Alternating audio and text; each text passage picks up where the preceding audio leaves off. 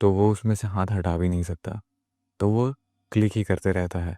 And उसकी जो wife है वो काइंड ऑफ फील कर रही है हॉर्नी बहुत ज़्यादा। वो बोल रही है, हनी, आह, तुम बहुत ज़्यादा फास्ट हो, थोड़ा सा जेंटल जाओ। Hello guys, welcome back to our channel Manav mentor.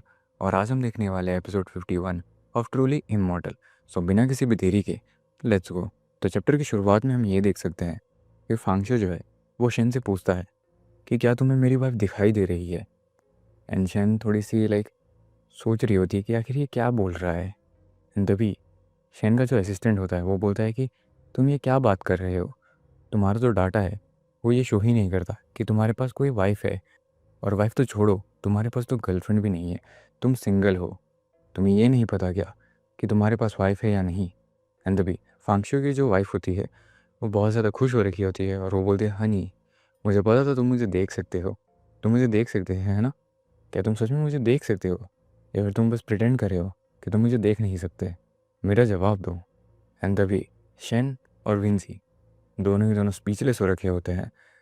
And तभी विंसी शेन को बोलता है कि इन्वेस्टिगेटर शेन, ये नॉर्मल होता है ऑर्डिनरी लोगों के लिए कि वो अपना मानसिक जो संतुलन है वो कभी कभी खो जाते हैं जब वो स्पिरिट टेमर बनते हैं। पर ये अनयूजुअली काम है, पर फिर भी वो हेलुसिनेट कर रहा है अभी। मैं सस्पेक्ट करता हूँ फांगशो को कि इसको मेंटल इश्यूज़ हैं, वो भी नॉर्मल लोगों से कहीं ज़्यादा। एंड तभी शेन का दिमाग ख़राब हो जाता है। वो बोलती है, फांगशो, क्या तुम हमारे साथ खेल रहे हो? मुझे ऐसा नहीं लग रहा है कि तुम हमें प्रिटेंड कर रहे हो कुछ भी, या फिर मेंटली कुछ अनस्टेबल होने का कोई नाटक कर रहे हो।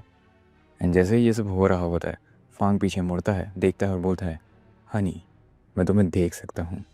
एंड ये सुनने के बाद शेन जो होती है वो ये बोल रही होती है कि फांगशो, अगर तुम हमारे साथ कोऑपरेट करना नहीं चाहते तो फिर बता दो, पर मेरे साथ ये सब ब्लफ मत करो।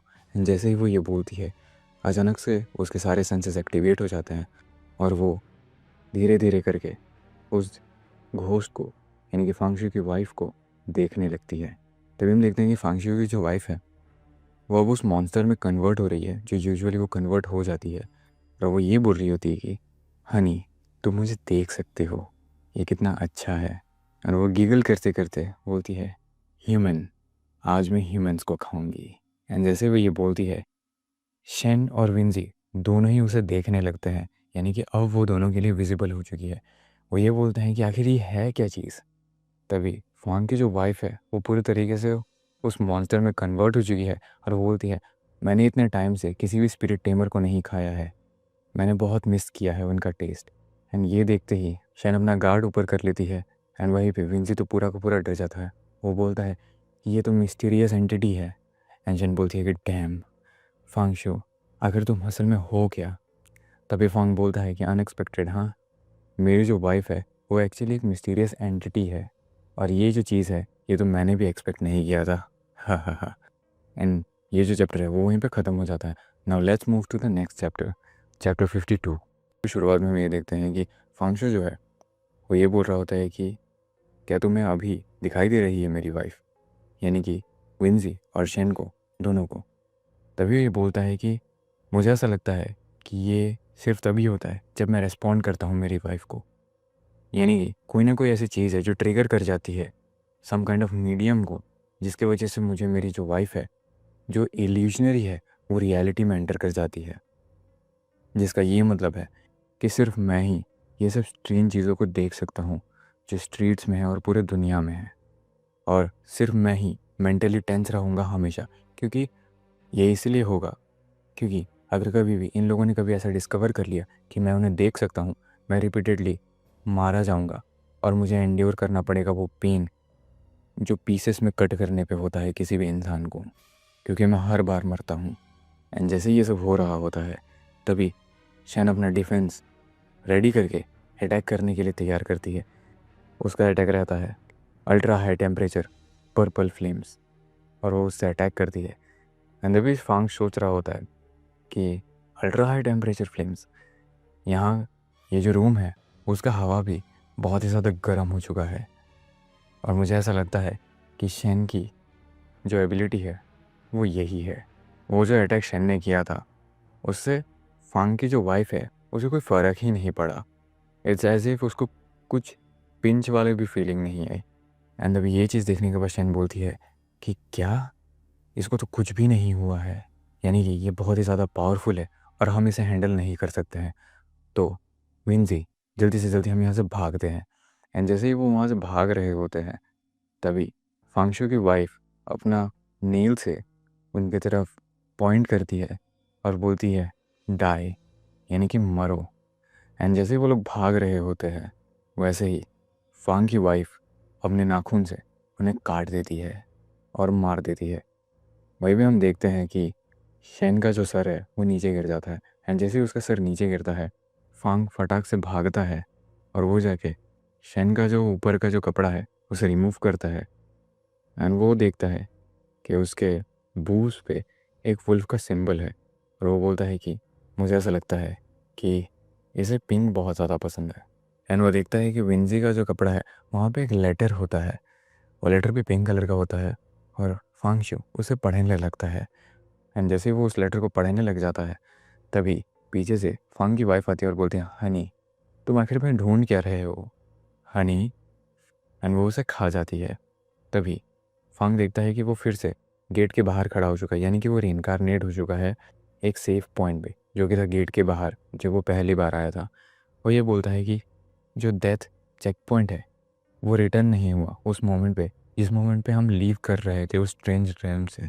मुझे ऐसा लगता है कि जो लास्ट राउंड था जिस राउंड में मैं घर गया था मेरी वाइफ से मिलने के लिए, उस स्कैल्पेल के साथ उसे मारने के लिए जहाँ पे मैं मरा था, वही काउंट होता है नेक्स्ट चेक पॉइंट। यानी कि जब तक मैं किसी भी एक स्ट्रेंज एंटिटी को एनकाउंटर नहीं कर रहा था वो जो चेक पॉइंट है वो चेंज नहीं होगा।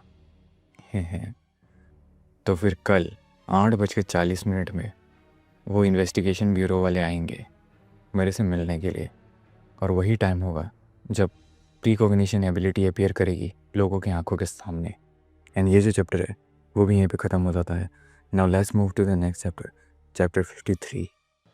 हम ये देख सकते हैं कि फांगशु जो है वो अपने पीसी के आगे बैठा हुआ है और उसकी जो वाइफ है वो उसके साइड में ही लेटी हुई है और वो बोल रही है हनी तुम वापस आ चुके हो, क्या तुम चाहते हो कि मैं तुम्हारे लिए लेट नाइट स्नैक्स लेके आऊँ। एंड तभी फांगशु सोच रहा होता है कि सिंस मुझे पता है कि ये इन्वेस्टिगेशन ब्यूरो एग्जिस्ट करती है तो मेरे पास कोई रीज़न नहीं है कि मैं उन्हें यूज़ ना करूँगा। और मेरे लिए ये बिल्कुल इम्पॉसिबल है कि मैं अकेले इस दुनिया में जितने भी सारे स्ट्रेंज बींग्स हैं उन सबको पेन फील करा सकूँ। मुझे कोई ना कोई एक्सटर्नल फोर्स यूज़ करना ही पड़ेगा। मैंने नोट डाउन कर लिया था जो भी ग्लोबल स्ट्रेंज फेनोमेना था फोरम में लिखा हुआ उस वेबसाइट में जो मुझे ली विंजी ने लिख के दिखाया था। परहैप्स मैं उसमें से कोई ना कोई यूज़फुल इन्फॉर्मेशन निकाल ही सकता हूँ। एंड तभी वो उस वेबसाइट को एक्सेस करता है, वहाँ पे लिखा होता है एंटर। एंटर करने के बाद हमें ऑप्शंस दिखते हैं Europe, America, Asia, Japan, Korea, domestic और अदर्स। तभी फांगशु डोमेस्टिक वाले में क्लिक करके देखता है कि उसमें क्या क्या ऑप्शन है, जहाँ पे होता है basic information, weird, spirit controller, artifact, bounty. And जैसे ही वो उनमें से किसी एक चीज़ को क्लिक करने वाला होता है उसका जो माउस है वो कन्वर्ट हो जाता है उसके वाइफ में। वो सोच रहा होता है कि ये जो फॉरम है उसमें कुछ ना कुछ सच्चाई तो छुपी हुई होगी, जो भी ये स्ट्रेंज फिनोमेना हो रहा है उसका सच्चाई इसी में मिलेगा। पर सीन्स वो जो उसका माउस है वो अब उसकी वाइफ में कन्वर्ट हो चुका है तो वो उसमें से हाथ हटा भी नहीं सकता, तो वो क्लिक ही करते रहता है। एंड उसकी जो वाइफ है वो काइंड ऑफ फील कर रही है हॉर्नी बहुत ज़्यादा। वो बोल रही है हनी तुम बहुत ज़्यादा फास्ट हो, थोड़ा सा जेंटल जाओ। एंड तभी थोड़े टाइम के बाद उसका जो माउस है वो फिर से माउस में कन्वर्ट हो जाता है। एंड उधर पे हमारा फांग जो है वो ये सोच रहा होता है ऑल्दो जो इन्फॉर्मेशन है वो मेरे लिए कंप्लीट नहीं है पर ये बहुत ज़्यादा फास्टर वे है जहाँ पे खुद से मैं एक्सप्लोर कर सकता हूँ सारी चीज़ें और मुझे कहीं पे भी जाना नहीं पड़ेगा। एंड वहाँ पे उसे एक डाटा दिखता है जिसमें लिखा होता है कॉन्फिडेंशियल। वहाँ पे लिखा होता है कि रीजनेबल इन्फरेंस, यानी कि जितनी भी स्ट्रेंज चीज़ें जो हो रही है इस दुनिया में उसका जो ओरिजिनल जो डाटा है, एविडेंस, वो यहाँ पे मिलेगा। एंड जैसे ही वो उस पर क्लिक करता है वो काउंट करने लगता है 1 2 3, टोटल 6 ज़ीरो होते हैं। यानी कि उसको पढ़ने के लिए उसे 1 मिलियन देना पड़ेगा। जो देखने के बाद सिंस उसकी आंखें खुली खुली रह जाती है और वो बोलता है जो चीप वाले हैं वो 10 से 20 हज़ार के बीच में है और जो भी चीज़ें कॉन्फिडेंशियल होती हैं वो हंड्रेड्स ऑफ थाउजेंड मिलियंस में भी चले जाते हैं। यानी कि मेरा जो एंटायर सेविंग है वो तो बस कुछ 100 का है, और क्या ये दुनिया जो है वो स्पिरिट कंट्रोलर्स की है। तभी फंग की जो वाइफ है वो पीछे से सोच रही होती है कि ये कितना ज़्यादा महंगा है, हनी क्या तुम चाहते हो कि मैं इसका पैसा भर दूँ। तभी फंग सोच रहा होता है कि मुझे ऐसा लगता है कि मैं अपना जो प्रेडिक्ट द फ्यूचर एबिलिटी है उसका यूज़ करके मैक्सिमम बेनिफिट गेन कर सकता हूँ। एंड तभी फंग सोच रहा होता है कि मुझे ऐसा लगता है इससे पहले कि मैं अपना जो एबिलिटी है प्रेडिक्ट द फ्यूचर वाला उसका मैक्सिमम बेनिफिट उठाऊँ, मैं बस फ्री एरिया जो है इस फॉरम का उसे ही ब्राउज कर सकता हूँ। एंड तभी फांग जो है वो सर्च करता है उसका पहला हॉट पोस्ट। उसमें ये लिखा हुआ होता है कि मैंने अपनी एबिलिटी अवेकन कर ली है और वो है टाइम कंट्रोल करने की। तभी फांग सोच रहा होता है इवन ये जो एबिलिटी है जो होती है टाइम कंट्रोल करने की, अगर वो आ गई तो इसका ये मतलब है कि मेरी जो एबिलिटी है यानी कि प्रिडिक्ट द फ्यूचर वाली उसका जो वैल्यू है वो रिड्यूस हो जाएगा।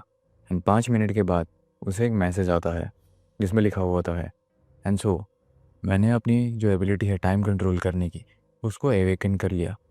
मैं टाइम स्टॉप या फिर टाइम को रिवर्स नहीं कर सकती जैसे मूवीज़ या फिर टीवी शोज़ में क्या होता है।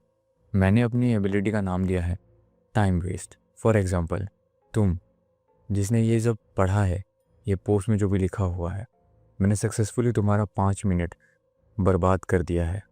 एंड ये जो मैसेज दिया है उस ऑथर का नाम है इनविजिबल यूनिवर्स क्रिटिकल वॉरियर। तभी फांग जो है वो बहुत ही ज़्यादा एग्जॉस्ट होकर ये सोच रहा होता है कि क्या ये मुझे मिलेगा अगर मैं इस फोरम में पैसा नहीं डालूंगा तो। और वो उसका नाम पढ़ रहा होता है author invincible universe critical warrior. बोलता है कि ये मेरे साथ खेल रही है, मैं याद रखूँगा इसे। है ना, मैं एक बिल्डिंग दिखाई देती है जहाँ पे वो जो लड़की है क्रिटिकल वॉरियर वो वहाँ पे होती है, वो अपने डेस्क पे बैठी हुई है, वो भी पीसी चला रही है। एंड वो स्नीज़ करती है, स्नीज़ करती है वो बोलती है कि आखिर मुझे गाली कौन दे रहा है। फंग सोचता है सिंस ये जो वेबसाइट है वो मुझे इन्वेस्टिगेटर ने दी है तो फर्स्ट मुझे सर्च करना चाहिए वो पोस्ट जो ऑफिशियली इन्वेस्टिगेशन ब्यूरो ऑर्गेनाइजेशन ने पोस्ट करी है। एंड सिंस जो ऑफिशियल सर्टिफिकेशन होगा उन पोस्ट का, इसका ये मतलब हो गया कि वो जो इन्फॉर्मेशन पोस्ट करी गई है वो मोस्टली सॉलिड और फैक्ट्स होगी। ये सब होने के बाद वो जो चैप्टर है वो वहीं पे ख़त्म हो जाता है। Now let's move to the next chapter, chapter 54। तो चैप्टर 54 की शुरुआत में हम ये देख सकते हैं कि दूसरा दिन हो चुका है और उधर पे फांग भी उठ चुका है। वो ये सोच रहा होता है कि पूरी रात जागने के बाद मैंने फाइनली मैनेज कर लिया है कुछ इन्फॉर्मेशन गैदर करने के लिए, जो कि बेसिक नॉलेज ही है कहने जाने पे सुपर नेचुरल स्पिरिट मास्टर्स के बारे में। जो सुपर नेचुरल्स होते हैं वो जनरली क्लासिफाइड होते हैं उनके लेवल के अकॉर्डिंग में, जो कि डेंजर के बेसिस पे होता है। यानी कि इंडिविजुअल स्ट्रेंथ जो होती है वो वहाँ पे काउंट हो जाती है। जो सुपर नेचुरल एंटिटीज़ होती है वो रैंक करी जाती है हाईएस्ट से लेकर लोएस्ट तक। एस, ए, बी, सी और डी लेवल्स होते हैं। मैंने ये भी पढ़ा कि एक टाइम पे एक फॉरेन सुपर नेचुरल एंटिटी थी जिसका कोड नेम था प्लेग। इसका पावर उतना ही ज़्यादा वीक था कि उसे कोई भी फर्स्ट रैंक स्पिरिट मास्टर हरा सकता था कुछ प्रॉपर प्रोटेक्टिव मेजर्स लेने के बाद। लेकिन ये जो एंटिटी थी वो डिजीज़ स्प्रेड कर सकती थी, वो भी बहुत एक बड़े एक एरिया में, जो कि एक लार्ज सिटी का पॉपुलेशन भी छोटे टाइम में ख़त्म कर सकता था। जिसके वजह से इसका जो रेटिंग था वो ए क्लास में आ गया था। जो एस क्लास सुपर नेचुरल्स होते हैं उनके पास एबिलिटी होती है कि वो डिस्ट्रॉय कर सकते हैं पूरे पूरे देश को, वो भी एक छोटे टाइम में। एंड वो नेशन एंडिंग थ्रेट्स बोले जाते हैं। जितना ज़्यादा डेंजर लेवल होगा किसी भी सुपर नेचुरल बीइंग का उतना ही कम वो दिखेंगे, और जितना ही कम वो होंगे उतने ज़्यादा स्ट्रांग बनते जाएंगे वो। जो ओरिजिन है सुपर नेचुरल बींग्स का वो अभी भी अननोन है, लेकिन फॉरम्स ये कहती है कि ये जो होते हैं वो अपीयर हुए हैं वो भी बिना किसी भी साउंड के, बिना किसी भी पैटर्न के, बस थिन एयर में। पर सच्चाई तो ये है कि ये जो सुपर नेचुरल बींग्स थे वो हमेशा से हमारे आसपास थे। नॉर्मली हम उन्हें देख नहीं सकते हैं, हम इन्हें तभी देख सकते हैं जब जो सर्टेन कंडीशंस है वो ट्रिगर किए जाते हैं, जिसकी वजह से जो रियलिटी है वो इनके रेलम के साथ कोलैप्स हो जाती है। एंड जैसे ये सब चीज़ें फांग सोच रहा होता है अपने डेस्क पे बैठ के, उधर पे उसकी वाइफ बेड पे लेटी हुई रहती है और उसे बोलती है गुड मॉर्निंग हनी। एंड वो सब चीज़ें वो सोचते सोचते ये भी सोच रहा होता है कि मैं पूरी रात बैठ के पोस्ट पढ़ रहा था, बट मैंने अभी तक कोई भी ऐसा इंसान एनकाउंटर नहीं किया है जो ये क्लेम करता हो कि वो सुपर नेचुरल बींग्स को हर जगह देख सकता है, रास्ते में, रूम पे, कहीं पे भी। सिंस मेरे पास और कोई ऑप्शन नहीं है, मुझे कैसे भी करके बहुत सारा पैसा कमाना पड़ेगा और स्ट्रांग बनना पड़ेगा। यही एक रास्ता है एक्सेस करने का, ज़्यादा से ज़्यादा यूज़फुल इन्फॉर्मेशन का जो इस फॉरम में है। मैंने वैसे बहुत कुछ जाना है कर्स आइटम्स के बारे में। ये जो कर्स्ड आइटम्स है वो बहुत से वेरियस से फॉर्म्स में आते हैं, जिनका जो पावर है वो सुपर नेचुरल्स का होता है, एंड इनके पास हर सॉर्ट ऑफ इनक्रेडिबल फंक्शंस होते हैं। बिना किसी पे डाउट के ये जो स्केल्पेल है, यानी कि सर्जिकल नाइफ जिसने काउंटलेस सुपर नेचुरल एंटिटीज़ को काटा है, वो भी कॉन्टेमिनेट हो चुका है एक कर्स्ड आइटम में। यहाँ पे ये जो पोस्ट है इसमें ये लिखा है कि किसी भी कर्स्ड आइटम के पावर को मैक्सिमाइज करने के लिए उसके एक्टिवेशन के बाद हमें हमारे स्पिरिट को यूज़ करके इसके कोर को इन्फिल्ट्रेट करना पड़ेगा एंड एस्टेब्लिश करना पड़ेगा एक कनेक्शन जो इसके साथ हमेशा जुड़ा हुआ रहेगा। एंड तभी हम देख सकते हैं कि फांग जो है वो स्कैल्पेल को लेके कनेक्शन बिल्ड करने की कोशिश कर रहा है। वो ये सोच रहा है कि अभी भी मेरे पास 3 घंटे है, जब तक वो इन्वेस्टिगेशन ब्यूरो वाले लोग आएंगे तो मेरे पास इनफ टाइम है कि मैं एक कनेक्शन बिल्ड कर सकता हूँ। एंड वो स्कैल्पेल के साथ एक कनेक्शन बिल्ड करने चला जाता है अपनी स्पिरिचुअल एवेकनिंग की मदद से। फिर वो स्कैल्पेल के कहने जाने पे कोर पे झांक रहा होता है और वो बोलता है कि यही है तुम्हारे अंदर का गुस्सा, फीलिंग्स और ये जो कर्स है। तो फिर जब मैं इतने अंदर झांक ही चुका हूँ तुम्हारे, तो फिर अब से तुम मेरे कर्स्ड आइटम बन जाओ। एंड वो जो स्कैल्पेल है उसमें अब फांगशो की एनर्जी है इंस्टेड ऑफ उस डॉक्टर की है, बट फांगशो की अब ज़्यादा है। एंड ये जो चैप्टर है वो यहीं पे ख़त्म हो जाता है। Now let's move to the next chapter, chapter 55। Chapter 55 की शुरुआत में भी ये देख सकते हैं कि फांगशो जो है वो आराम से बैठा हुआ है और उस स्कैल्पेल को देख रहा है। वो ये सोच रहा है कि मेरी जो स्पिरिचुअल पावर है वो इन्हेंस हो चुकी है और 2% से इल्यूमिनेट कर रही है।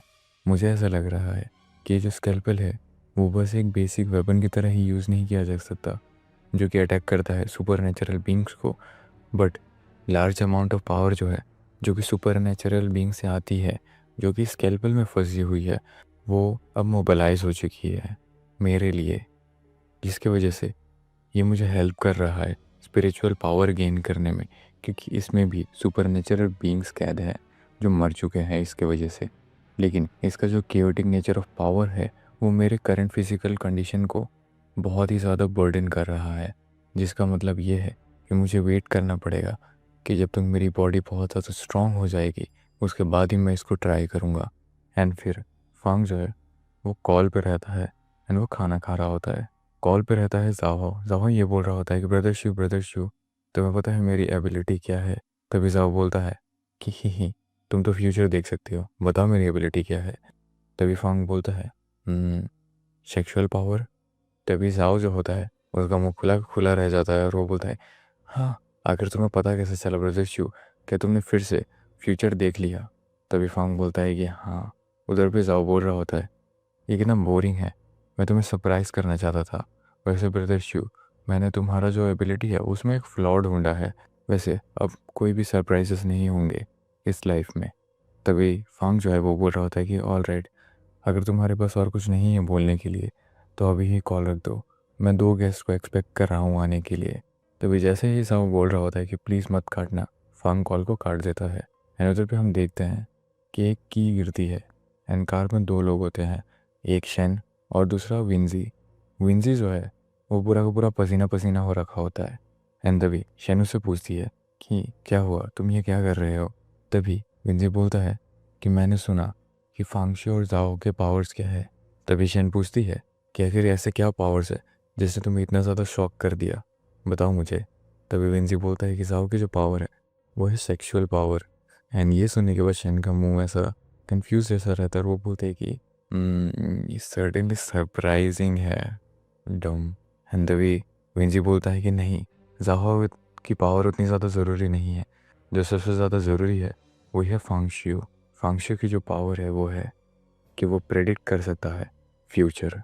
ये सुनने के बाद शेन का जो मुंह है वो खुला का खुला रह जाता है। एंड तभी विंसी बोलता है कि फांगशो ने जस्ट बोला कि 2 गेस्ट आने वाले हैं मुझसे मिलने के लिए। तभी शेन बोलती है कि 2 गेस्ट, क्या इसका ये मतलब है कि वो हमारे बारे में बोल रहा था? क्या ऐसा सच में कोई पावर है एज लाइक जिसमें प्रिडिक्ट किया जा सके फ्यूचर को?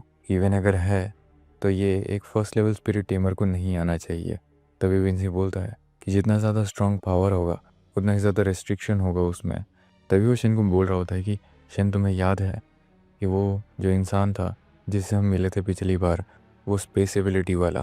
तभी शेन बोलती है कि तो तुम उसके बारे में बोल रहे हो? वो जो इंसान जो टेलीपोर्ट कर सकता था बस 10 सेंटीमीटर तक, वो भी एक टाइम पे, और उसे 1 घंटा रुकना पड़ता था कि जब तक उसकी स्पिरिचुअल जो एनर्जी है वो रिकवर ना हो जाए कि वो उसे फिर से इस्तेमाल कर सके, इवन दो वो बस एक फर्स्ट लेवल स्पिरिट टेमर था। तभी विंजी बोलता है कि फांगशो भी एक फर्स्ट लेवल स्पिरिट टेमर है, तो उसके साथ भी ऐसा ही कुछ हुआ होगा। वो भी प्रेडिक्ट कर सकता होगा इवेंट्स को, पर वो बस थोड़ा सा आगे का ही देख सकता होगा, वो ज़्यादा आगे का नहीं देख सकता होगा। पर फिर भी उसने प्रेडिक्ट कर लिया कि हम उसे मिलने आने वाले हैं। तभी शेन अपने कार से बाहर निकलते और बोलती है कि इंस्टेड यहाँ पे गेस करने से अच्छा है हम लोग सीधा सीधा जाते हैं और उससे मिलते हैं। लेट्स सी अगर उसकी जो एबिलिटी है फ्यूचर प्रेडिक्ट करने की वो रियल है या फेक। एंड ये जो चैप्टर है वो भी यहीं पे ख़त्म हो जाता है। It's not a game, it's a rich thing.